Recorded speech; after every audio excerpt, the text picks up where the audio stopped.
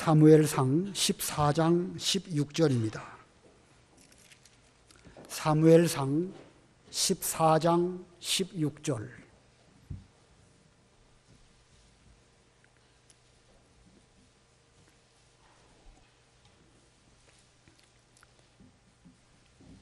사무엘상 14장 16절 35절까지 봉독하겠습니다. 베냐민의 기브아에 있는 사울의 파수꾼들이 바라보니 많은 사람들이 이리저리 흩어지고 있었다. 사울이 그와 함께 있는 백성에게 말하기를 수를 점검하여 우리 중에서 누가 없어졌는지 보아라 하므로 그들이 수를 점검해 보니 요나단과 그의 무기 든 자가 없었다. 사울이 아히야에게 말하기를 하나님의 궤를 이리로 가져오너라 하니 그 당시 하나님의 궤는 이스라엘 자손과 함께 있었다. 사울이 제사장에게 말하는 중에 블레셋 사람의 진 가운데서 소동이 점점 커지자 사울이 제사장에게 말하기를 당신의 손을 멈추도록 하시오 하고 사울과 그와 함께한 모든 백성이 한데 모여 소리 지르며 그 전쟁터에 가보니 각자가 칼로 그의 동료를 치고 있었고 큰 혼란이 있었다. 전에 블레셋 사람들과 합류했던 히브리 사람이 사방에서 그들과 함께 진영으로 올라왔더니 이제는 사울과 요나단 편에 속한 이스라엘과 합류하였고 에브라임 산지에 숨어있던 모든 이스라엘 사람들 역시 블레셋 사람들이 도망했다는 소식을 듣고 그들을 추격하였다. 그날 여호와께서 이스라엘을 구원하셨고 전쟁은 베다웬 너머에까지 번졌다. 그날 이스라엘 병사들이 피곤하였으니 이는 사울이 그 백성에게 맹세시켜 말하기를 저녁 곧 내가 내 원수에게 복수할 때까지 음식을 먹는 사람은 저주를 받을 것이다 하였으므로 모든 백성들이 음식을 맛보지 못했기 때문이다. 그 땅의 모든 사람들이 수풀에 들어가 보니 그 땅에 꿀이 있었다. 백성들이 수풀에 들어가 꿀이 흐르는 것을 보고도 맹세를 두려워했기 때문에 손으로 찍어 입에 대는 자가 없었으나 요나단은 그의 아버지가 백성에게 맹세시키는 것을 듣지 못하였으므로 그의 손에 있는 막대기 끝을 내밀어 꿀을 찍어 입에 대자 눈이 밝아졌다. 그때 백성 중 한 병사가 말하기를 당신의 부친께서 백성에게 엄히 맹세시키면서 오늘 음식을 먹는 자는 저주를 받을 것이다 라고 말씀하셨습니다. 그래서 백성이 매우 지쳐 있습니다 라고 하니 요나단이 말하기를 내 아버지께서 이 땅을 곤란하게 하셨구나. 보아라, 내가 이 꿀을 조금 맛보고도 내 눈이 이렇게 밝아졌는데 하물며 백성이 오늘 발견한 그 원수들의 노략물을 마음대로 먹었다면 블레셋 사람들을 더 많이 죽이지 않았겠느냐. 31절 그날 그들이 믹마스로부터 아얄론에 이르기까지 블레셋 사람을 쳤으므로 백성이 매우 지쳤다. 백성이 노략물에 달려들어 양과 소와 송아지를 취하여 땅에서 잡아 피 있는 채 먹으니 사람들이 사울에게 보고하기를 백성이 피 있는 채로 먹어 여호와께 죄를 지었습니다 하므로 사울이 말하기를 너희가 믿음이 없이 행했다. 이제 내게로 큰 돌을 굴려와라 하고 또 말하기를 너희는 백성 가운데 흩어져 그들에게 말하기를 너희는 각자 자기 소와 양을 내게로 끌고 와서 여기서 잡고 그것을 먹어라. 피 있는 채 먹어서 여호와께 죄를 짓지 마라 하라 하였다. 그 밤에 온 백성들이 각자 자기 손으로 자기의 소를 끌어다가 거기서 도살했다.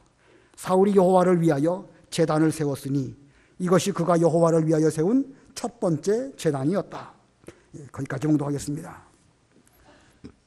오늘 본문의 내용을 유심히 잘 보면 사울이 신앙적으로 볼 때에 잘못한 몇몇 가지가 여기에 드러나 있습니다. 그래서 오늘 제목은 사울의 잘못된 신앙, 사울의 잘못된 신앙입니다. 사울이 이스라엘의 왕이 되고 2년차 되었을 때부터 그의 신앙은 변질되기 시작했습니다. 블레셋과 싸울 때에 마땅히 이스라엘 백성으로서 먼저 하나님께 제사를 드리고 하나님의 뜻에 순종해서 전쟁을 해야 합니다. 그러나 그가 그렇게 하려고 했을 때에 제사장 사무엘이 자기가 생각했던 것만큼 속히 오지는 않았습니다. 그러나 그렇다고 해서 사무엘이 제때 안 온 건 아니에요. 그러나 이 사울은 사무엘이 올 때까지 설령 사무엘이 약속을 잘 못 지켜서 늦게 오든지 못 온다 할지라도 그는 감히 자기가 하나님께 제사를 드리는 그런 죄를 지어서는 안 되는 것입니다. 그런데 사무엘이 더디 오는 것을 생각을 하고 빨리 제사를 드리지 않으면 백성들이 흩어질 것이다 라고 지레 생각을 하고 자기 스스로 직접 제사를 드리는 이런 죄를 짓고 말았습니다. 아무리 그가 이스라엘의 왕이라 할지라도 제사장의 역할이 있고 왕의 역할이 있고 선지자의 역할이 분명 있는 것입니다. 그런데 그는 왕이라고 하는 권세를 이제 월권을 해가지고 제사장만 드릴 수 있는 그 제사를 자기가 직접 드리고 말았던 것입니다. 우리 죄도 다 죄는 죄지만 죄도 경중이 있습니다. 우선순위가 있어서 큰 죄가 있고 작은 죄가 있습니다. 이 성경 원리상 볼 때에 어떤 죄가 큰 죄일까?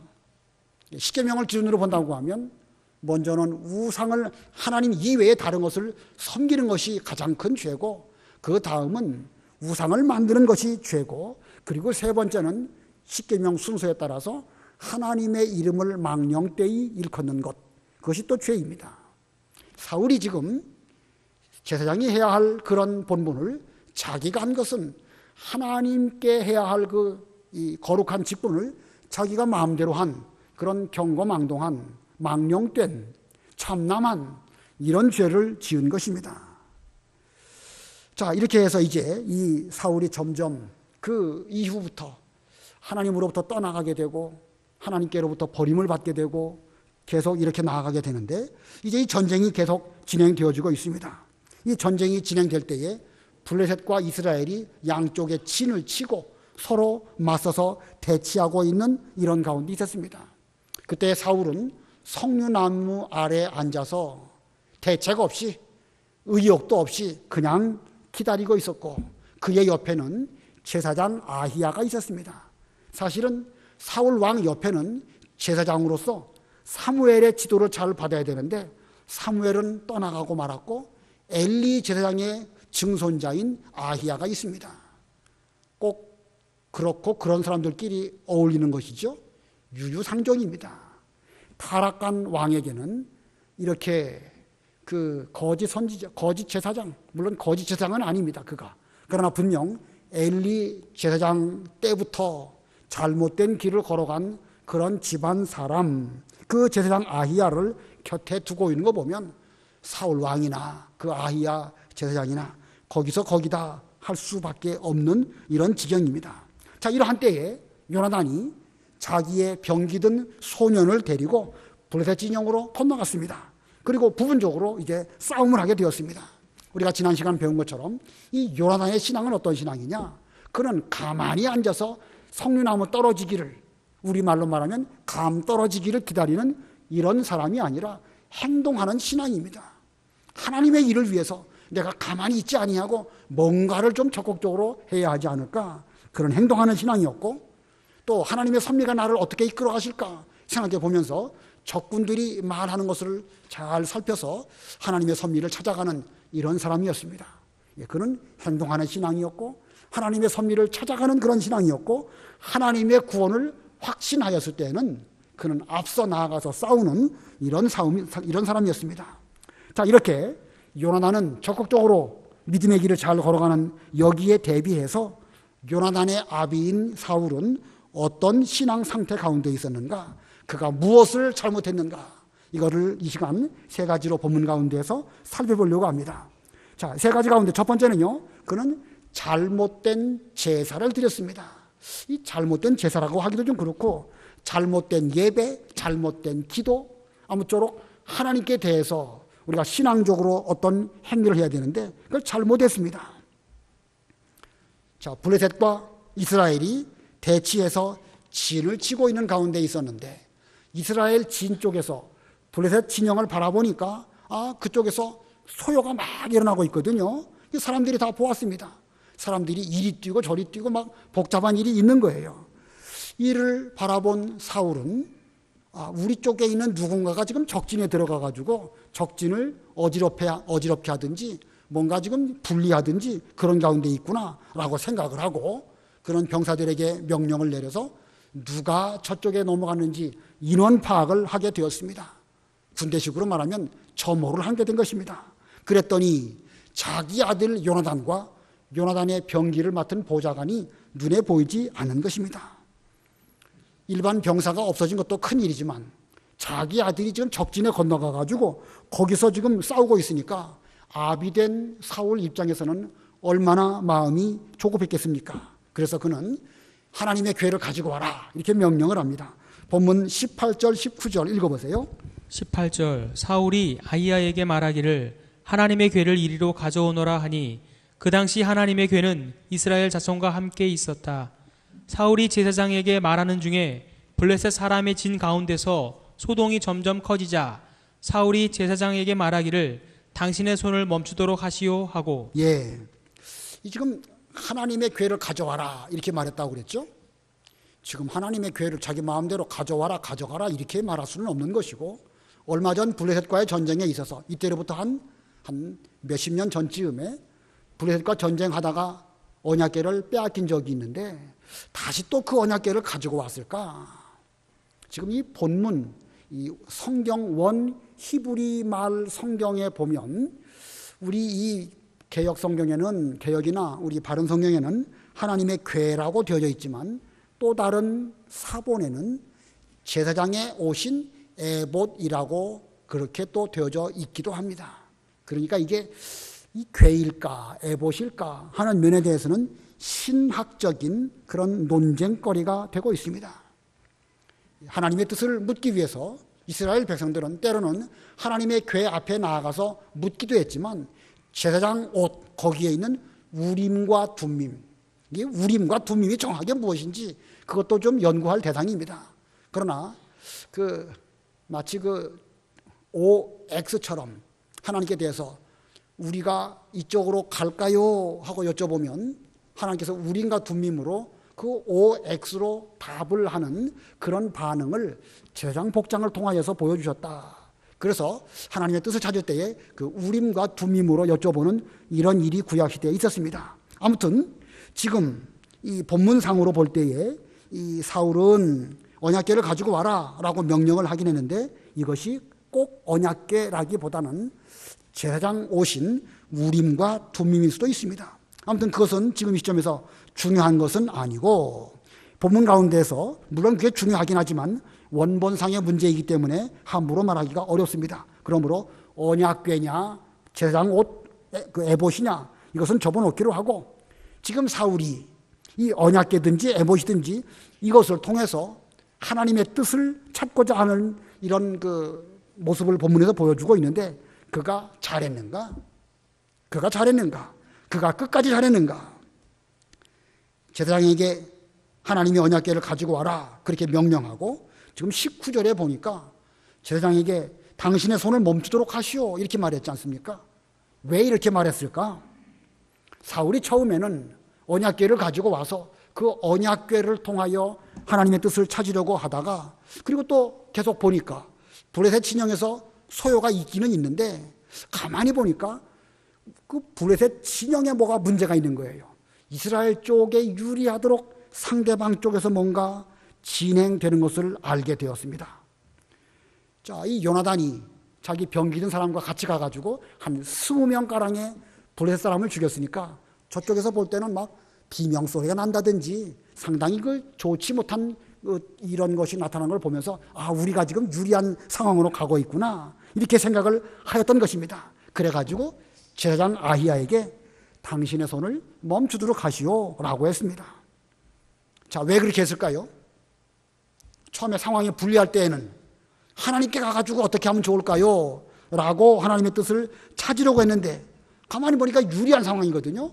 그럴 필요 없다고 느껴진 거예요. 그래서 그만두자. 제사장 손을 멈추십시오. 이렇게 말한 것입니다.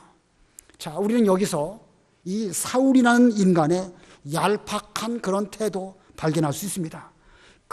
자기가 급하면 호들갑을 떨고 언약궤를 갖고 와라, 우림과 둠밈을 찾아라, 하나님의 뜻이 무엇이냐, 왜 사무엘이 빨리 안 오느냐 이러다가 그 위기가 지나가 버리면 언제 그러냐는 듯이 하나님 찾지도 않고 기도도 하지 않는 이런 상태로 지금 이 사울이 있는 것입니다.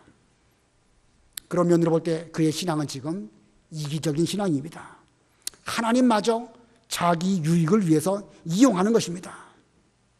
지금까지 사울은 전세가 불리하니까 석류나무 아래 앉아가지고 어떻게 하면 좋을까 행동하지도 않고 대책도 없이 그냥 넋놓고 있다가 요나단이 활동해서 전세가 유리하게 되니까 그제서야 이제 전쟁터로 가보게 되었습니다. 본문 20절로 22절 읽어보세요. 20절 사울과 그와 함께한 모든 백성이 한데 모여 소리 지르며 그 전쟁터에 가보니 각자가 칼로 그의 동료를 치고 있었고 큰 혼란이 있었다.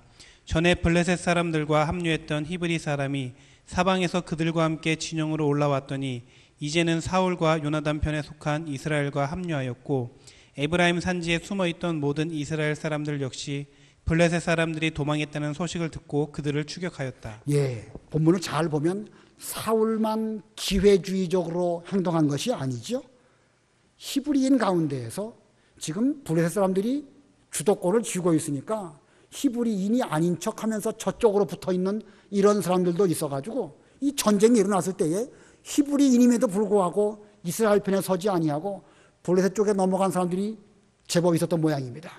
마치 일제시대 때에 친일파들이 한국 사람임에도 불구하고 일본 사람들을 앞잡이 된 것처럼 이런 사람들이 그 시대에 있었는데 전세가 유리하게 되고 요나단으로 말미암아 이스라엘 쪽이 이기는 것처럼 보이니까 그 사람들이 이제 다시 돌아오는 사람들도 있었고 심지어 에브라임 산지에 숨어있던 그런 사람들도 이제서야 고개를 내밀고 블레셋 사람들을 추격하는 그 일에 가담하는 이런 일들도 있었던 것입니다.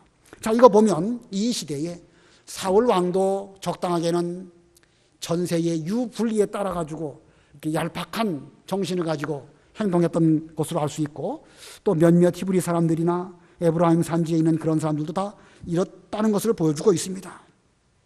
어쩌면 이것이 인간의 모습이고 세상 인심일지도 모릅니다. 다시 말하면 상황에 따라서 유리한 쪽으로 따라가는 거, 이기적이고 기회주의적이고 심지어 이런 사람들은 하나님마저도 자기에게 이용하는 것입니다. 따지고 보면 가룟 유다도 그런 사람이 아니었을까 생각이 듭니다. 예수님 따라가다가 이거 예수님 차라리 팔아가지고 돈이나 챙기는 것이 낫지 않을까. 이렇게 내가 예수님을 팔아버리면 예수님께서 마지못해서 이스라엘의 왕이 되면 차라리 그것이 잘 되는 것이 아닐까. 이게 다 인간이다 그런 것입니다. 그러나 세상이 그럴수록 본문에 나와 있는 요나단은 그는 자기 병기든 자와 함께 하나님의 뜻을 이루어드리기 위해서 적극적으로 신앙생활을 하는 이런 사람이었습니다. 세상이 다 자기 유익을 따라가고 사람들이 다 자기 목숨이나 부지하려고 하면서 신앙마저 예배마저 기도마저 자기에게 유리한 쪽으로 하는 이러한 때에 적어도 요나단만큼은 그렇게 하지 않았고 적어도 요나단만큼은 불의와 싸우고 자기 위치를 끝까지 지키는 성도였던 것입니다. 오늘날 우리들도 이런 잘못된 길 걸어가는 이런 우리가 되지 아니하고 항상 바른 편에 서서 바로 신앙생활하는 이런 우리가 되어야 될 것입니다. 그런데 의외로 이 성도들 가운데에는 일반적인 모든 사람들 중에는 교회를 이용하고 자기 직분을 이용하고 또 여러 가지 뭐 이런 걸 이용해 가지고 그 자기 무슨 그 유익을 따라가는 이런 사람들이 의외로 많다는 사실입니다. 어떤 할아버지하고 어떤 손자가 있었습니다. 할아버지가 신앙적인 지도를 하기 위해서 손자에게 말합니다. 얘야, 너 저녁에 잘 때 하나님께 기도드리고 그리고 아침에 눈 뜨면 하나님께 기도하느냐? 그랬더니 손자가 하는 말이 저 잘 때는 기도하는데요. 아침에 일어나면 안 해요. 야, 무슨 소리냐? 기도는 잘 때나 깰 때는 항상 하는 것이지. 그랬더니 그 손자가 하는 말이 잘 때는 깜깜해서 무서우니까 기도하지만 아침에 일어나면 화내가지고 안 무서워가지고 기도할 필요가 없어요. 그러더라는 것입니다. 자, 이게 뭐 웃자고 하는 말이긴 하지만 이게 바로 우리들의 모습이에요. 자기가 당장 급하면 뭐 하나님 아버지 찾으면서 울고불고 하지만 정작 숨 쉴 만큼만 여유가 생기면 그냥 잊어버리고 자기 유리한 대로 살아가 버리는 것이 우리가 아닐까. 자, 우리의 모습이 아닐까. 적어도 우리만큼은 하나님 이용하지 말고 내가 하나님께 이용당하는 이런 신앙생활을 하여야 제대로 된 신앙이라고 할 수가 있습니다. 자, 두 번째로 사울 왕이 잘못한 그 신앙의 두 번째는 잘못된 금식입니다. 잘못된 금식. 자, 이 블레셋과 전쟁이 있었을 때에 사울은 이스라엘 백성들에게 오늘 저녁까지 아무것도 먹지 말아라, 이런 명령을 내렸습니다. 24절 읽어보세요. 24절 그날 이스라엘 병사들이 피곤하였으니 이는 사울이 그 백성에게 맹세시켜 말하기를 저녁 곧 내가 내 원수에게 복수할 때까지 음식을 먹는 사람은 저주를 받을 것이다 하였으므로 모든 백성들이 음식을 맛보지 못했기 때문이다. 예, 왜 금식령을 내렸을까요? 블레셋과 전쟁을 할 때 음식을 먹느라고 시간 보내지 말고 열심히 전쟁하라고 그랬을까? 본문의 문맥을 잘 살펴보면 아마 이 사울은 블레셋 쪽에서 요나단으로 말미암은 소요가 있기 전에 지금 그런 그 명령을 내린 것이 아닐까. 지금 자기 마음 내키는 대로 맹세하면서 누구든지 원수에게 복수하기 전까지 음식을 먹는 자는 저주를 받을 것이다 라고 선언을 했습니다. 이거 잘한 것입니까? 잘못한 것입니까? 금식령 내린 거 잘한 겁니까? 잘못한 것입니까? 세 가지 면으로 볼 때 잘못한 거예요. 왜? 첫 번째가 무엇이냐? 지금 인간의 기본적인 욕구를 무시한 것입니다. 지금 전쟁을 하려고 하면 무엇보다도 병사들이 잘 먹어야 됩니다. 그런데 지금 금식을 선포할 그런 때가 아닌데 지금 이 먹지 못하게 함으로 인해 가지고 오히려 하나님의 구원운동에 블레셋 사람들과의 전쟁에서 장애가 발생하고 말았습니다. 본문 25절 26절 읽어보세요. 25절 그 땅의 모든 사람들이 수풀에 들어가 보니 그 땅에 꿀이 있었다. 백성들이 수풀에 들어가 꿀이 흐르는 것을 보고도 맹세를 두려워했기 때문에 손으로 찍어 입에 대는 자가 없었으나. 예. 자, 만일 그 음식을 먹도록 허락했다고 하면 백성들이 뭐 꿀을 먹든지 전쟁을 하다가 전리품 가운데서 음식을 발견하면 그걸 먹었든지 하면 훨씬 더 그 맑은 정신으로 이 전쟁을 잘 할 수 있었을 것입니다. 그러나 그 음식 먹지 말라고 하는 것으로 인해 가지고 병사들이 기진맥진한 거예요. 본문 29절 30절 또 읽어보세요. 29절 요나단이 말하기를 내 아버지께서 이 땅을 곤란하게 하셨구나. 보아라 내가 이 꿀을 조금 맛보고도 내 눈이 이렇게 밝아졌는데 하물며 백성이 오늘 발견한 그 원수들의 노략물을 마음대로 먹었다면 블레셋 사람들을 더 많이 죽이지 않았었겠느냐. 예, 이거 보면 아무 때나 금식을 선포하고 뭐 아무 때나 금식을 그냥 하는 것은 별로 그렇게 바람직해 하지 않은 것을 알 수가 있습니다. 이 사울이 이 금식령을 내린 것이 잘못한 이유 두 번째는요, 자기 의를 드러내기 때문입니다.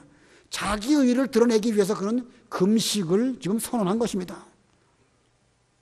이스라엘의 왕으로서 자기 체면을 드러내고 겉으로 볼 때는 어느 정도 하나님을 위하는 양 음식을 먹지 못하도록 선포했지만 결국은 그걸 통해 가지고 나는 이만큼 의롭게 하나님을 섬기려고 노력하는 사람이요 라는 것을 보여주기 위한 것입니다. 지금 사울에게는요 신앙의 본질은 없어요. 하나님 의지하고 하나님께 기도하고 또 예배를 드리려도 전적으로 하나님의 뜻을 찾는다든지 진심으로 겸손하다든지 또 사랑한다든지 하나님께 충성한다든지 그런 신앙적인 본질은 없습니다. 오직 껍데기, 형식적인 것, 이제 금식이나 하고 나는 이렇게 의로운 사람이네 라고 하는 이런 것만 있는 것입니다. 그리고 세 번째 그가 잘못한 것은요, 신앙적인 제도를 남용한 것입니다. 신앙적인 제도를 남용했다. 지금 금식이라는 것은 하나님께 대하여 우리의 기도가 상달되도록 하기 위한 방편으로 금식을 하는 것입니다. 금식 자체가 목적은 아니죠. 금식 자체가 목적이 아니라 우리가 금식을 함으로 내 마음을 오로지 하나님에게만 향하고 하나님의 뜻이 무엇인지를 찾을 때까지는 나를 좀 괴롭게 함으로 인해 가지고 정신 바짝 차리도록 만들어야 되겠다. 이게 금식의 근원적인 목적입니다. 그런데 그 근본적인 목적으로 금식을 사용하는 것이 아니고 그것을 통해 가지고 적당하게 자기를 드러내고 자기는 그냥 그 하나님께 대해서 기도 열심히 하는 사람인 양 이렇게 보이기 위해서 그런 금식을 한 것입니다. 자, 특별히 금식을 해야 할 때가 있긴 있죠. 예수님께서도 신랑을 잃어버리게 되면 그때는 금식해야 될 것이다. 그러나 지금은 신랑이신 예수님과 함께 있을 때이니까 함께 먹고 함께 마시는 것이 옳지 않은가, 이렇게 주님께서도 교훈하셨는데, 신앙이 형식적으로 변질되면 껍데기만 드러내고 또 이런 신앙적인 제도를 함부로 남용하게 되는 것입니다. 지금 우리가 고난주간을 보내고 있습니다. 우리가 좀 더 기도를 많이 하기 위해서 금식하고 집중하기 위해서 금식하는 거 필요하고 할 수 있습니다. 그러나 만일 자기를 드러내기 위해서 금식한다, 그냥 왠지 금식을 하여야 뭔가 잘 믿는 것처럼 보일 것 같아서 금식한다, 그건 형식적인 신앙일 것입니다. 특히 어떤 분들은요, 고난주간에 고기 먹으면 무슨 죄 지는 것처럼 그렇게 생각하시는 분들도 계신 것 같아요. 자, 고기 먹으면 그 죄일까요? 그럼 고기 안 먹고 몸에 더 좋은 채소를 먹으면 그건 어떻습니까? 뭐 고기 안 먹는 거나 그 채소 안 먹는 거나 뭐 그거나 그거 다 같은 거예요. 그런데 이제 옛날로 보면 옛날에 참 고기 먹기가 1년에 뭐 몇 번 먹기도 힘들지요. 그러니 그런 때에 고난주간에는 더더욱 그건 안 먹는 것이 좋겠다라는 취지로 전에는 그랬지만 지금은 또 상황과 시대가 달라진 것입니다. 그러니까 우리는 성경에 입각해서 금식도 생각을 하고 성경적으로 해야 되는 것입니다. 성경보다 더 나가는 거, 이거 옳지 않습니다. 아무쪼록 우리는 기도 잘하기 위해서 금식하는 거, 그거 잘하는 것입니다. 그러나 반대로 음식을 잘 먹고 힘 얻어서 그 힘을 가지고 또 기도 열심히 한다, 그것도 또한 잘하는 것입니다. 그러나 자기 의를 드러내기 위해서 금식한다, 그거 외식입니다. 그것은 사울과 다를 바가 없습니다. 아무쪼록 우리 지금 고난주간 지나가고 있는데 내가 정말로 금식해야 될 것이냐, 그렇게 깨달아지고 그게 올바른 것이라고 여겨지고 기도하는 방편으로 금식을 한다, 그거 잘하는 것입니다. 그러나 거꾸로 잘 잡수시고 힘 얻어서 내가 새벽 기도도 잘 나오고 또 교회에서 힘써서 기도해야 되겠다, 그럼 잘 잡수시고 하면 되는 거예요. 그러나 절대로 외식으로 남에게 보이기 위해서 이렇게는 하지 않도록 해야 됩니다. 이건 세 번째 되지. 사울이 잘못한 것 세 번째, 잘못된 맹세입니다. 잘못된 맹세. 사울은 지금 금식을 선포하면서 백성에게 맹세까지 시켰습니다. 그 결과 자기 아들 요나단이 그 맹세를 알지 못한 것으로 인해 가지고 숲을 속에 들어가서 꿀을 발견하고 그것을 먹었습니다. 적진에 들어가서 20명 정도를 죽이고 또 계속해서 블레셋과 싸우니까 얼마나 힘을 많이 썼겠습니까? 그럴 때 꿀을 먹으니까 에너지 보충이 되어서 눈이 밝아지고 힘이 났습니다. 자, 그러면 그날 금식하여서 사울의 맹세를 잘 지켰던 그런 다른 사람들은 범죄하지 않고 끝까지 그 어떤 계명을 잘 지켰을까? 그러나 본문을 잘 보면은요, 요나단은 요나단대로 맹세를 어긴 것이 문제가 될 수 있지만 이 백성들은 또 다른 죄를 지었음을 성경이 우리에게 보여줍니다. 자, 또 다른 죄가 무엇일까? 거기도 세 가지를 말씀드릴 수 있는데, 첫 번째는요, 피 있는 채 고기를 먹은 것입니다. 피 있는 채 고기를 먹었다. 본문 31절로 34절까지 길지만 읽어보세요. 31절. 그날 그들이 믹마스로부터 아엘론에 이르기까지 블레셋 사람을 쳤으므로 백성이 매우 지쳤다. 백성이 노략물에 달려들어 양과 소와 송아지를 취하여 땅에서 잡아 피 있는 채로 먹으니 사람들이 사울에게 보고하기를 백성이 피 있는 채로 먹어 여호와께 죄를 지었습니다 하므로 사울이 말하기를 너희가 믿음 없이 행했다. 이제 내게로 큰 돌을 굴려와라 하고 또 말하기를 너희는 백성 가운데 흩어져 그들에게 말하기를 너희는 각자 자기 소와 양을 내게로 끌고 와서 여기서 잡고 그것을 먹어라. 피 있는 채 먹어서 여호와께 죄를 짓지 마라 하라 하였다. 그 밤에 온 백성들이 각자 자기 손으로 자기의 소를 끌어다가 거기서 도살했다. 예. 지금 뭐 피 있는 채 고기를 먹었다, 이게 무슨 죄인가? 뭐 설명 안 드려도 잘 아시죠? 성경은 피를 생명과 동등으로 보고 있습니다. 실제로 피가 우리의 생명과 동등일까요? 사람이 죽은 사람인지 산 사람인지 무엇을 보고 알 수 있을까? 예, 피가 도냐 안 도느냐. 심장은 안 뛰어도요, 인위적으로 피 돌릴 수 있습니다. 예, 심장하고 상관이 없는 거예요. 뇌사 상태에 있지만 몸은 살아있을 수 있습니다. 피가 안 돌면 그 사람은 진짜 죽은 거예요.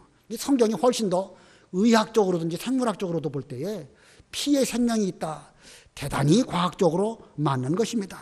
그래서 피채 먹지 못하도록 하신 것은 생명을 그만큼 존귀하게 여긴 하나님의 정신입니다. 자, 이 또 다른 죄를 지었다고 했는데 두 번째 또 다른 죄가 무엇일까? 또 다른 죄는요, 소와 송아지를 함께 먹은 것입니다. 소와 송아지를 함께 먹었다. 레위기 27장 28절에 보면 짐승이라도 그 생명을 존귀하게 여겨서 그 어미인 그 어미소와 새끼 송아지 함께 먹지 못하도록, 또 어미소의 젖과 송아지 고기 함께 먹지 못하도록 그렇게 다 금하고 있죠.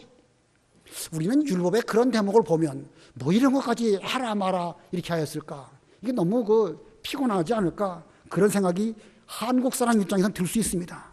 우리 문화로 볼 때에 뭐 송아지를 우유로 삶아서 먹든지 뭐 말아서 먹든지 뭘 뭐든지 먹을 수 있지 뭘 그렇게 성경을 못하고 하고 있는가? 근데 요즘에 세계적으로 볼 때에 짐승 하나하나까지도 그 생명을 소중히 여기는 쪽으로 그 사람들의 문화가 가고 있죠. 아마 한 20, 30년 지나고 나면 짐승 함부로 학대했다가는 법 위반한 것으로 잡혀갈 수도 있습니다. 이것이 선진화된 그런 법이에요. 그런 면으로 보면 지금부터 3,500년 전에 제정된 이 율법이 법적으로 볼 때에도 얼마나 가장 인간적이고 가장 법적으로 완벽한 그런 법인지 우리는 살아가면 갈수록 알 수가 있습니다. 이제 뭐 다른 기회가 되면 또 말씀드릴 수 있겠지만 경제적인 원리든지 정치적인 원리든지 율법의 원리를 잘 보면은요, 참으로 이 완벽한 그런 법이라는 것입니다. 자, 아무튼 이 사울이 이 잘못된 맹세, 율법을 범하게 만들었습니다. 소와 송아지를 함께 먹게 했습니다. 세 번째는요, 세 번째 소지로 또 다른 죄가 무엇인가? 짐승을 땅에 잡아가지고 그 땅에 피를 쏟은 것입니다. 32절 맨 끝에 그랬죠? 땅에서 잡아 피 있는 채 먹으니, 땅에서 잡아가지고 피를 땅에다가 흘렸다. 성경에는 그런 면에 대해서도 말씀하고 있습니다. 그 창세기 4장 11절 12절 한번 읽어보세요. 4장 11절. 땅이 그 입을 벌려 내 손으로부터 내 동생의 피를 받았으니 이제 너는 땅에서 저주를 받을 것이다. 내가 땅을 경작하더라도 다시는 땅이 그 효력을 내게 나타내지 않을 것이며 너는 땅에서 피하며 떠도는 자가 될 것이다. 예, 가인이 동생 아벨의 피를 땅에다가 흘렸기 때문에 땅에서부터 이제 호소하는 그런 목소리가 들려올 것이고 땅도 저주를 받고 너는 땅에서 유리방황하는 그런 사람이 될 것이다. 레위기 17장 13절 14절. 레위기 17장 13절 14절. 이스라엘 자손에 속한 사람이나 너희 가운데 거주하는 거류민 중에 어떤 사람이 먹어도 좋은 짐승이나 새를 사냥하여 잡으면 그는 그 피를 쏟아 버리고 그것을 흙으로 덮어야 한다. 이는 모든 육체의 생명은 피이며 그 피에 그의 생명이 있으므로 내가 이스라엘 자손에게 말하기를 너희는 어떤 육체의 피든지 먹지 마라 하였다.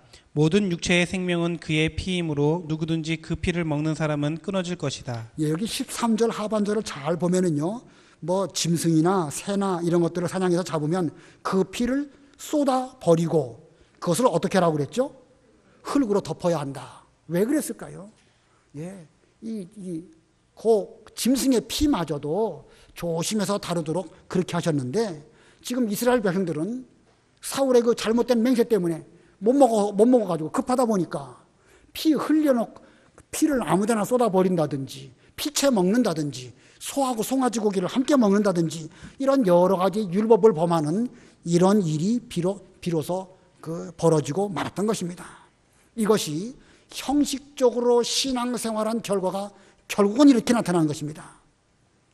그 이슬람 교도들은 라마단이라고 하는 금식 기간이 있죠. 얼마 기간 동안 그들은 정해놓고 금식을 합니다. 근데 언제부터 언제까지 금식을 하냐면 해 뜰 때부터 해 칠 때까지 음식을 먹지 못하도록 그렇게 정해놓고 있습니다. 그러니까 어떤 현상이 나타나겠죠? 해 떨어지면 그때부터 정신없이 먹는 거예요. 해 떨어지면. 그러니까 낮에는 경건하게 뭐 자기들의 신을 섬긴다고 하면서 금식한다고 하지만 저녁 되면 이거 뭐 먹고 마시고 즐기고 술 취하고 이런 현상이 이슬람 교도들 사이에 나타나고 있는 것입니다. 이 역사적으로 잘 보면은요, 이슬람의 그런 교리들은 유대교에 상당히 많은 영향을 받았습니다. 아무튼 중요한 것은 형식적으로 뭔가 신앙생활을 하다 보면 반대급부적으로 무절제하게 이런 일들이 더 무서운 것들이 나타난다는 것입니다. 자, 우리가 이런 거 오늘날도 우리는 이것을 잘 살펴봐야 됩니다. 하나님을 섬기는 제도, 의식 이런 것들이 형식적으로 된다고 하면 반드시 우리들에게도 그와 같은 일은 나타나고 말 것입니다. 예수님 당시의 유대인들이 그랬습니다. 그들은 하나님을 잘 섬긴다고 했는데 오히려 그것 때문에 예수님을 핍박하고 예수님을 죽이는 이런 죄를 저지르고 말았습니다. 하나님이신 예수님을 그들은 모함하고 시기하고 죽이려고 했습니다. 오늘날은 어떤가? 오늘날 기독교가 형식적으로 변질되면은요, 반드시 이렇게 또 다른 죄를 짓고 말 것입니다. 그러므로 우리는 성경에서 벗어나지 않는 신앙생활을 해야 됩니다. 성경보다 더 나가도 안 되고 덜 나가도 안 되고 반드시 성경에 맞도록 해야 되는 거예요. 금식할 때는 하지만 아무 때나 자기 의를 드러내기 위해서 금식을 선포한다든지 무슨 맹세를 해가지고 자기는 끔찍히 믿는 일 잘하는 것처럼 보이지만 그런 잘못된 맹세가 또 다른 죄를 짓게 만드는 그런 일이 있을 수 있다는 사실을 우리는 기억해야 됩니다. 오늘 우리가 이 사울왕의 잘못된 신앙, 역사적으로 그가 이런 일을 했다, 여기까지만 할 것이 아닙니다. 이게 공식이에요. 사울왕이 걸어간 신앙이 그렇게 되어지면 자기도 모르는 사이에 점점 우림 둠림 통해 가지고 하나님 뜻을 찾는다고 하다가 필요 없으면 하지 말아라. 예배 드리고 기도 열심히 해가지고 뭔가를 하나님께 아뢰는 것처럼 보이지만 결국은 자기 목적을 이루기 위해서 예배도 드리고 기도도 한다고 하면 사울과 우리가 다를 바가 없습니다. 금식하는 거 좋은 일이지만 그러나 그 금식이 근원적으로 기도하기 위한 금식이 아니라 자기 드러내기 위한 금식이었다. 오늘날 대한민국이요, 의외로 그런 사람들이 많습니다. 어떤 문제가 생기면 그 문제의 근원적인 문제가 어디 있을까? 그걸 찾아보고 성경에서 답을 찾고 죄를 회개하고 그래야 되는데 일단 문제부터 생기면 일단 기도원에 가가지고 금식부터 하는 거예요. 그러니까 이 금식 중독증 걸린 사람들이 의외로 많습니다. 아무튼 우리가 그렇다고 해서 금식 자체를 뭔가 그 나쁜 쪽으로 몰고 가서는 안 됩니다. 그러나 금식주의, 조금만 무슨 문제가 있으면 금식해야 된다, 기도해야 된다, 이렇게 말하는 거 조심해야 된다는 사실입니다. 이 신앙이 사울과 같이 되면 서서히 자기도 모르는 사이에 이런 쪽으로 가다가 나중에는 그냥 아예 망하는 길로 갈 수 있다는 사실을 역사가 우리들에게 보여줍니다. 그러므로 우리는 철저하게 성경 중심적으로 신앙생활을 하고 더 나가지도 말고 덜 나가지도 말고 1.1획 가감하지 말고 그대로 지키는 이런 성도들이 다 되어야 되겠습니다. 기도하시겠습니다.